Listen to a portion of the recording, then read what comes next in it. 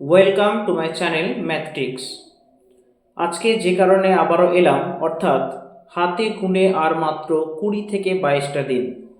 অর্থাৎ আমি তাদেরই কথা বলছি যারা মার্চ মাসের 3 তারিখ, আগামী মার্চ মাসের 3 তারিখ এইচএস পরীক্ষার্থী, সেই সমস্ত ছাত্রছাত্রীদের কথা বলছি। আর তোমাদের জন্য আজকের এই পর্বটি খুব ধামাকা হতে চলেছে। যে বিষয়ের কথা আমি আজকে বলছি সেটি হচ্ছে অবশ্যই বাংলা। তোমাদের এই বাংলার লাস্ট মিনিট সাজেশন নিয়ে আমি এসেছি, আর আমি আজকে সেই সব প্রশ্নগুলোই দেখাবো যেগুলো পড়লে তুমি 80 to 90% কমন পাবে, আমি শিওর, আমি নিশ্চিত। তো সেই প্রশ্নগুলো কি সেটা তো আমরা অবশ্যই দেখব। আমি তার সাথে সাথে একটা রিকোয়েস্ট করব, তোমাদের যদি এই পর্ব ভালো লেগে থাকে তো অবশ্যই একটা লাইক এবং সাবস্ক্রাইব অপশানে সাবস্ক্রাইব বাটনে ক্লিক করে দিও এবং বন্ধুদের মধ্যে শেয়ার করে দিও। তাহলে আমি তোমাদের আজকে দেখাতে চলেছি উচ্চ মাধ্যমিক বাংলার সাজেশন।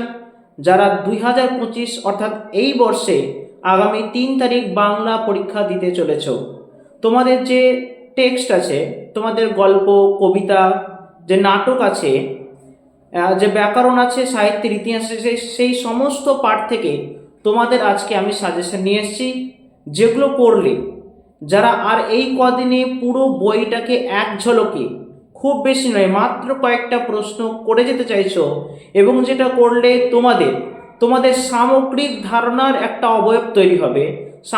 সামগ্রিক ধারণা তুমি পেয়ে যাবে, কি প্রশ্ন আসতে পারে বা কি উত্তর তোমাকে লিখতে হবে, সেই সমস্ত ব্যাপারের আজকের এই ভিডিও অবশ্যই তোমরা কিন্তু শেষ পর্যন্ত দেখবে। তোমাদের প্রত্যেকটা পার্ট থেকে আমি আজকে গুরুত্বপূর্ণ প্রশ্নগুলো চয়েস করে নিয়ে এসেছি, যে প্রশ্নগুলো এবারে আসতে বাধ্য, এবং আমি এটা প্রায় নিশ্চিত। অর্থাৎ এখন থেকে যদি এই প্রশ্নগুলো তোমরা পড়ে যেতে পারো, তাহলে আশা করি 85 to 90% মার্কস তুমি পেতে পারবে। আমি বেশি কিছু দিইনি, অল্প কিছুই দিয়েছি, যেগুলো সামান্য খাটলেই তুমি পেয়ে যেতে পারো তোমাদের হাতের সেই ব্রহ্মাস্ত্র। ওকে, তাহলে আমি আর কথা বলবো না, আমি প্রত্যেকটা সাজেশন, অর্থাৎ তোমাকে কি পড়তে হবে, কোন চ্যাপ্টার থেকে, কোন গল্প থেকে, কোন কবিতা থেকে কোন প্রশ্নগুলো করতে হবে, আমি সেগুলোই আজ তোমাদেরকে দেখাবো। চলো তাহলে দেখে নি এক এক করে। ওকে, অবশ্যই শেষ পর্যন্ত দেখবে, কোনো রকম স্কিপ করবে না, আর অবশ্যই লাইক বাটনে একটা হিট করে দিয়ে সাবস্ক্রাইব করে দিও। ওকে, চলো দেখে নি। তো দেখো, আমরা প্রথম যে গল্প, অর্থাৎ ভারতবর্ষ, এবারের জন্য খুব খুব গুরুত্বপূর্ণ একটি গল্প, আর সেটা হচ্ছে এই ভারতবর্ষ। তো এই ভারতবর্ষ থেকে কোন কোন প্রশ্নগুলো করলে তুমি ম্যাক্সিমাম কমন পেতে পারবে সেগুলো চলে দেখে নিই। 1 নম্বর, দেখতে দেখতে প্রচণ্ড উত্তেজনা ছড়ালো চারিদিকে। এই উত্তেজনাপূর্ণ ঘটনার বিবরণ দাও। ওকে, খুব গুরুত্বপূর্ণ একটি প্রশ্ন। 2 নম্বর, কতক্ষণ সে এই মারমুখী জনতাকে ঠেকিয়ে রাখতে পারত কে জানে। সে বলতে কার কথা বোঝানো হয়েছে? জনতা মারমুখী হয়ে উঠেছিল কেন? খুব গুরুত্বপূর্ণ একটি প্রশ্ন। অবশ্যই যে কটা প্রশ্ন আমি এই ভারতবর্ষ থেকে দেখিয়ে দিচ্ছি, এর বাইরে কিন্তু প্রশ্ন আসবে না। চলো নেক্সট দেখো, 3 নম্বর, ভারতবর্ষ গল্পে উদ্ভূত সাম্প্রদায়িক অশান্তির পটভূমি ব্যাখ্যা করো। মাত্র কয়েকটা প্রশ্ন তোমাদের জন্য এনেছি, আর এই প্রশ্নগুলোই আসতে পারে এবং আসবে বই কি। 4 নম্বর দেখো, হঠাৎ বিকেলে এক অদ্ভুত দৃশ্য দেখা গেল। বিকেলের দৃশ্যটি কী ছিল? তাকে অদ্ভুত বলা হয়েছে কেন? ভারতবর্ষ থেকে এই মাত্র 4টে কোশ্চেন আমি তোমাদের দিলাম, 4টে করে যাও, আশা করি এর থেকে বা এর বাইরে কোনো কিছুই আসবে না। নেক্সট চলে যাব, কে বাঁচায় কে বাঁচে। 1 নম্বর, ওটা পাশবিক স্বার্থপরতা। কে কোন বিষয়কে পাশবিক স্বার্থপরতা বলে উল্লেখ করেছেন ও কেন? 2 নম্বর, কী কারণে মৃত্যুঞ্জয় অসুস্থ হয়ে পড়েছিল? এই অসুস্থতা তার জীবনের উপর কী প্রভাব ফেলেছে? মাত্র 2টা প্রশ্ন। নেক্সট চলে আসবো আমরা ভাত গল্প। 1 নম্বর, দাঁতগুলো বের করে সে কামটের মতো হিংস্র ভঙ্গি করে। কে কার প্রতি এরূপ আচরণ করেছিল? এরূপ আচরণের কারণ লেখো। 2 নম্বর, ভাত গল্পে আসল বাধা বলতে কী বোঝানো হয়েছে? সে বাধাটা বড় বাড়িতে থেকে যায় অচল হয়ে বলতে কী বোঝানো হয়েছে। ওকে, নেক্সট দেখো 3 নম্বর, ভাতে হাত ঢুকিয়ে দিতে সে স্বর্গসুখ পায় ভাতের স্পর্শে। অন্তর্নিহিত তাৎপর্য ব্যাখ্যা করো। তো ভারতবর্ষ তো খুব গুরুত্বপূর্ণ একটি অধ্যায় তোমাদের জন্য।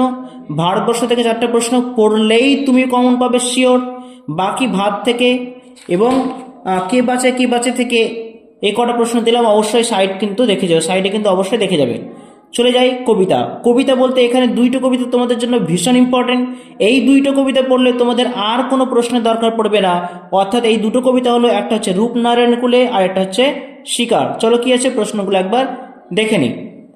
1 নম্বর, জানলাম এ জগৎ স্বপ্ন নয়, তাৎপর্য ব্যাখ্যা করো। খুব খুব গুরুত্বপূর্ণ একটি প্রশ্ন। নেক্সট দেখো 2 নম্বর, সত্য যে কঠিন, এখানে কবির উপলব্ধি ব্যাখ্যা করো।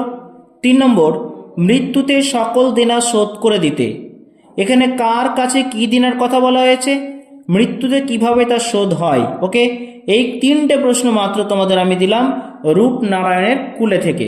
এবার চলে আসে শিকার কবিতা। শিকার কবিতার 1 নম্বর প্রশ্ন, এখানে 4 নম্বর মিস্টেক হয়েছে, বাই মিস্টেক, এটা কিন্তু শিকারের কবিতা। শিকার কবিতাটা কি ছিল? শিকার কবিতা এটা একটা প্রশ্ন, একটা অদ্ভুত শব্দ, নদীর জল মচকা ফুলের পাপড়ির মতো লাল, এই লাইনটি কিন্তু তাৎপর্য তোমাকে ব্যাখ্যা করতে দিতে পারে। নেক্সট দেখিনি, এই ভোরের জন্য অপেক্ষা করছিল, কে অপেক্ষা করছিল, তার ফল কি হলো। নেক্সট কোশ্চেন নাম্বার 2, শিকার কবিতায় ভোর শব্দটি 2 বার ব্যবহার করার কারণ আলোচনা করো। তারপরে এই দুটো কবিতা করলেতে তোমাদের হয়ে যাবে। বাকি বাই দ্য চান্স হয়তো অনেকে শিকার কবিতার প্রশ্ন হয়তো লিখতে পছন্দ করে না বা রূপনারায়ণ কুলে পছন্দ করে না, তো তাদের জন্য ক্রন্দনদাতা জননী থেকে যে প্রশ্ন আসতে পারে সেটার জন্য দিয়ে রাখলাম 1 নম্বর, ক্রন্দনদাতা জননীকে ক্রন্দনদাতা বলা হয়েছে কেন। 2 নম্বর, আমি তা পারি না, কবি কি পারেন না। নেক্সট দেখো, ওই জিনিসটি তিনি কেন পারেন না, এখানে না পারার বেদনার রূপটি ব্যাখ্যা করো। ওকে, কবিতা থেকে প্রশ্ন দেওয়া হয়ে গেল।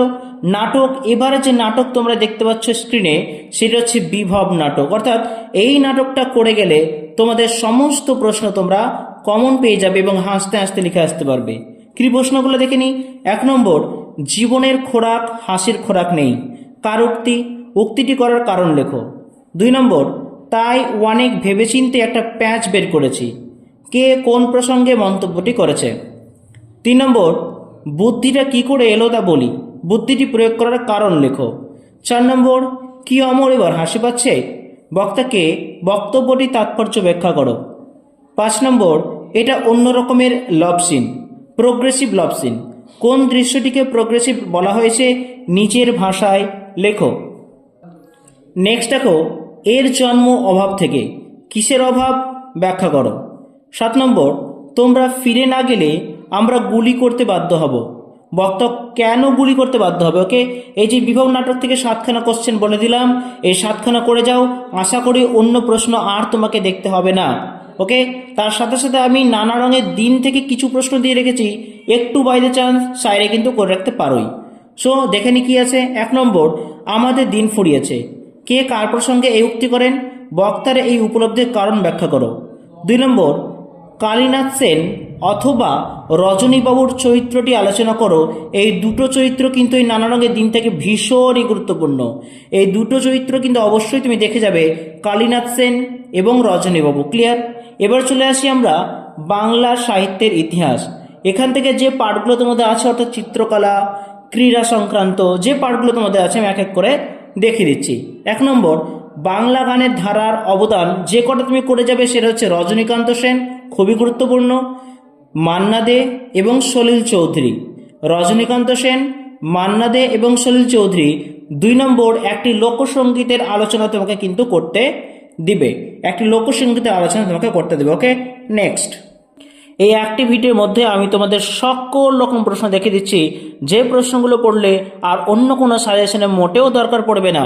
সো 3 নম্বর পার্টে আমি চলে আসি, চিত্রকলার অবদান। চিত্রকলায় কার কার কী অবদান তোমাকে পড়ে যেতে হবে। 1 নম্বর, যামিনী রায়। 2 নম্বর, নন্দলাল বসু, রামকিঙ্কর বেইজ এবং অবনীন্দ্রনাথ ঠাকুর। এবার চলে আসি চলচ্চিত্রে কার ভূমিকা তোমাকে পড়তে হবে। প্রথম কথা, তপন সিংহ খুব গুরুত্বপূর্ণ, তারপর মৃণাল সেন, ঋত্বিক ঘটক এবং সত্যজিৎ রায় তো বটেই। তার মধ্যে বলে রাখি, তপন সিংহ খুব ইম্পর্টেন্ট এবং ঋত্বিক ঘটক, এই দুটো কিন্তু ভেরি ভেরি ইম্পর্টেন্ট, তবে আমি 4টেই করে রাখতে বলবো। 5 নম্বর, বিজ্ঞান চর্চায় অবদান কার কার, বিধানচন্দ্র রায়, কান্দব্বিনী বসু, প্রশান্তচন্দ্র মহলানবিশ এবং ঠাকুরবাড়ির অবদান। চলে আসি পরবর্তী পার্টে, অর্থাৎ ক্রীড়া সংস্কৃতি, যেখানে তোমাকে করতে হবে ব্রতচারী, কুস্তি চর্চা, বাঙালির সাঁতার এবং এটা অবশ্যই প্রশ্ন তোমাকে আসতেই পারে কিংবা এসেই হয়তো গেছে, আন্তর্জাতিক স্তরে একজন বাঙালি খেলোয়াড়ের ভূমিকা। হতে পারে সৌরভ গাঙ্গুলি, হতে পারে তোমার ফুটবলে হতে পারে যেমন বাইচুং ভুটিয়া, তোমাদের যে কোনো একটা কিন্তু লিখতে দিতে পারে আন্তর্জাতিক স্তরে একজন বাঙালি খেলোয়াড়ের ভূমিকা। চলে আসি ব্যাকরণ এবং ভাষা সম্পর্কিত প্রশ্নে। যে প্রশ্নটা আমি এখানে কয়েকটা মাত্র দিয়ে রেখেছি, যেগুলো করলে তুমি কমন তো পাবে এবং শিওর পাবে। 1 নম্বর, বাক্যের শ্রেণীবিভাগ। কি শ্রেণীবিভাগ? গঠনগত দিক থেকে তোমাকে বাক্যের শ্রেণীবিভাগ করতে দেবে। গঠনগত দিক থেকে বাক্যের শ্রেণীবিভাগ করো, যে কোনো 2টি ভাগের আলোচনা সংক্ষেপে তোমাকে আলোচনা করতে দিতে পারে। চলে আসি 2 নম্বর প্রশ্নে। ফলিত ভাষাবিজ্ঞানের শাখাগুলি উল্লেখ করে একটি শাখার আলোচনা করো। ফলিত ভাষাবিজ্ঞানের শাখাগুলি উল্লেখ করে একটি শাখার আলোচনা করো। নেক্সট 3 নম্বর, অবিভাজ্য ধ্বনি কি? একটির পরিচয় দাও। 4 নম্বর, শব্দার্থে উপাদানমূলক তথ্যটি আলোচনা করো। 5 নম্বর, শব্দার্থ পরিবর্তনের কারণ। ভীষণই রকম ইম্পর্টেন্ট, অর্থাৎ এই কটা ব্যাকরণ থেকে, সাহিত্য চর্চা থেকে, গল্প, কবিতা, নাটক থেকে যে প্রশ্নগুলো তোমাদের জন্য আজ বলে দিলাম, এই প্রশ্নগুলো করে যাও, অবশ্যই 100% তুমি পেতে বাধ্য, আর তোমাকে পেতেই হবে। এই কটা পড়েই তুমি কিন্তু বাজিমাত করতে পারবে, এটা আমার বিশ্বাস এবং আমি শিওর এই কথাটা বলতে পারি।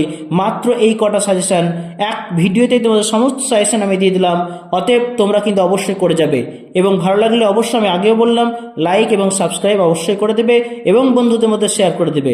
আমার পরবর্তী ভিডিওতে তোমাদের রচনা কি আসতে পারে সেটা কিন্তু অবশ্যই আমি আলোচনা করব। আজ পর্যন্ত এইটুকুই, গুড বাই।